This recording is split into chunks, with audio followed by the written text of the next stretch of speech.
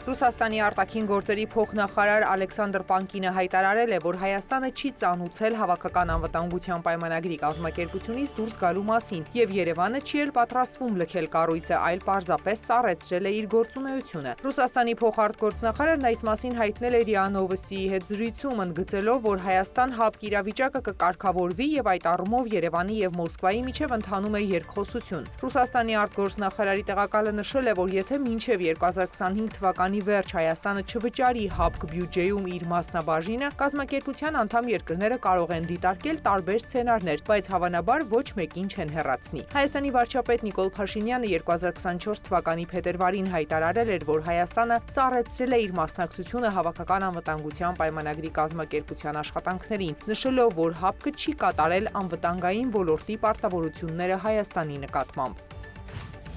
Եվրամիության առաջնորդները Բրյուսելում կայացած գագաթնաժողովում համաձայնության են եկել ռազմական ծախսերը կտրուկ ավելացնելու ծրագրի շուրջ։ Եվրոպան պետք է դառնա ավելի ինքնուրույն, ավելի պատասխանատու իր պաշտպանության համար եւ ավելի լավ պատրաստված դիմակայելու մարտահրավերներին, ասվում է ամփոփիչ հայտարարության մեջ։ Եվրամիության առաջնորդներն աջակցություն են հայտնել Եվրոպական հանձնաժողովի նախագահ Ուրսուլա ֆոն դեր Լայենի ներկայացրած ծրագրին, որի համաձայն եվրոպական կարիքների համար նախատեսվում է մինչև 800 միլիարդ եվրո հատկացնել։ Նշված գումարից 150 միլիարդ եվրո կներգրավվի որպես վարկ օդային պաշտպանության համակարգեր, անօդաչու սարքեր եւ այլ զինատեսակներ ձեռք բերելու նպատակով։ Եվրամիության գագաթնաժողովին հայտարարվել է, որ Եվրոպան պետք է ինքնավար կերպով պատասխանի բոլոր կողմերից անվտանգությանն ուղղված մարտահրավերներին։ Եվրամիության ղեկավարները որոշում են ընդունել Եվրոպական ներդրումային բանկը վերակողմնորոշել ռազմական ծրագրերի ֆինանսավորման ուղղությամբ։ Առաջնորդները նաեւ պատրաստակամություն են հայտնել շարունակել աջակցել Կիևին այնքան, որքան անհրաժեշտ է։ Լրատվամիջոցները գրում են, որ Եվրամիության 26 առաջնորդ հաստատել է նաև Ուկրաինայի վերաբերյալ եզրակացությունը։ Հունգարիան հրաժարվել է ստորագրել փաստաթուղթը։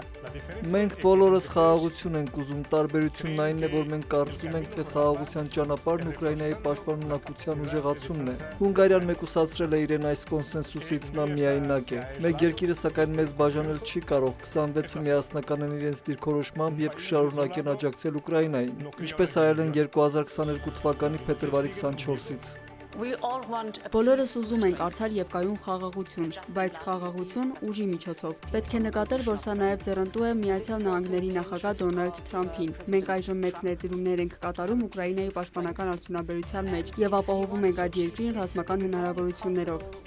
Նիստին մասնակցել է նաև Ուկրաինայի նախագահ Վոլոդիմիր Զելենսկին։ Նա ընդգծել է, որ իր երկրի անվտանգությանն առնչվող ցանկացած հարց պետք է լուծվի Կիևի մասնակցությամբ, ինչպես եւ Եվրամիության անվտանգության հետ կապված ցանկացած խնդիր։ Զելենսկին հայտնել է, որ Ուկրաինան ու Ամերիկան վերսկսել են աշխատանքը։ Հուսով ենք, որ հաջորդ շաբաթ բովանդակալից հանդիպում կունենանք, նշել է Զելենսկին, շեշտելով, որ վերջնական համաձայնության հասնելու համար պետք է վստահ լինել, որ Մոսկվան իսկապես պատրաստ է խաղաղության։ Դա կարելի է հաստատել հետեւյալ ձևով։ Ոչ մի հարձակում էներգետիկ եւ այլ քաղաքացիական ենթակառուցվածքների վրա, հաջորդը կրակի դադարեցում, Սև ծովի ավազանում։ Վստահության հաստատման միջոց կարող է լինել գերիների ազատ արձակումը, նշել է Վոլոդիմիր Զելենսկին, կոչ անելով եվրոպացի առաջնորդներին շարունակել աջակցել այն դիրքորոշմանը, որ Ուկրաինայի անվտանգության հետ կապված ցանկացած հարց պետք է լուծվի Ուկրաինայի մասնակցությամբ։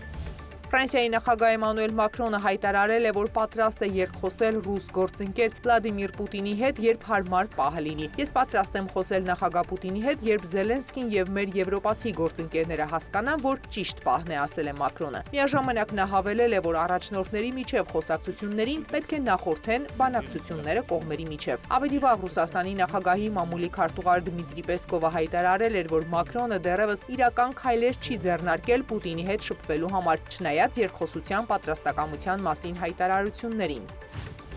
ԱՄՆ նախագահ Դոնալդ Թրամփը հայտարարել է, որ հավանաբար առաջին արտասահմանյան ուղևորությունը կկատարի Սաուդյան Արաբիա, համաձայնագիր կնքելու Էրիադի հետ ավելի քան $1 տրիլիոն դնելու ԱՄՆ տնտեսության մեջ, ներառյալ ռազմական տեխնիկայի գնումները։ Օվալաձև աշխատասենյակում լրագրողների հետ զրույցում Թրամփը նշել է, որ հավանաբար այնտեղ կմեկնի 1.5 ամսվա ընթացքում։ Նա հաստատել է, որ Միացյալ Նահանգները Համասի հետ բանակցություններ է վարում իսրայելցի եւ ամերիկացի պատանների ազատ արձակման շուրջ։ Թրամփը նաեւ նշել է, որ Վաշինգտոնը շարունակում է աջակցել Իսրայելին։ Թրամփի մեկնաբանությունները հնչել են, երբ նրա Մերձավոր Արևելքի բանագնացը լրագրողներին ասել էր, որ վերջին օրերին Միացյալ Նահանգները ուղիղ քննարկումներ է սկսել Համասի զինյալների հետ, եւ ուղերձն այն է, որ Վաշինգտոնը ցանկանում է պատաններին տուն վերադարձնել։ Սպիտակ տան ղեկավարը նաև նշել է, որ հավանաբար կերկարաձգի չինական TikTok սոցիալական մեդիայի հարթակի վերջնաժամկետը, որպիսի հանրաճանաչ հավելվածը շարունակի գործել Միացյալ Նահանգներում։ Մերի Ներսիսյան, լուրեր։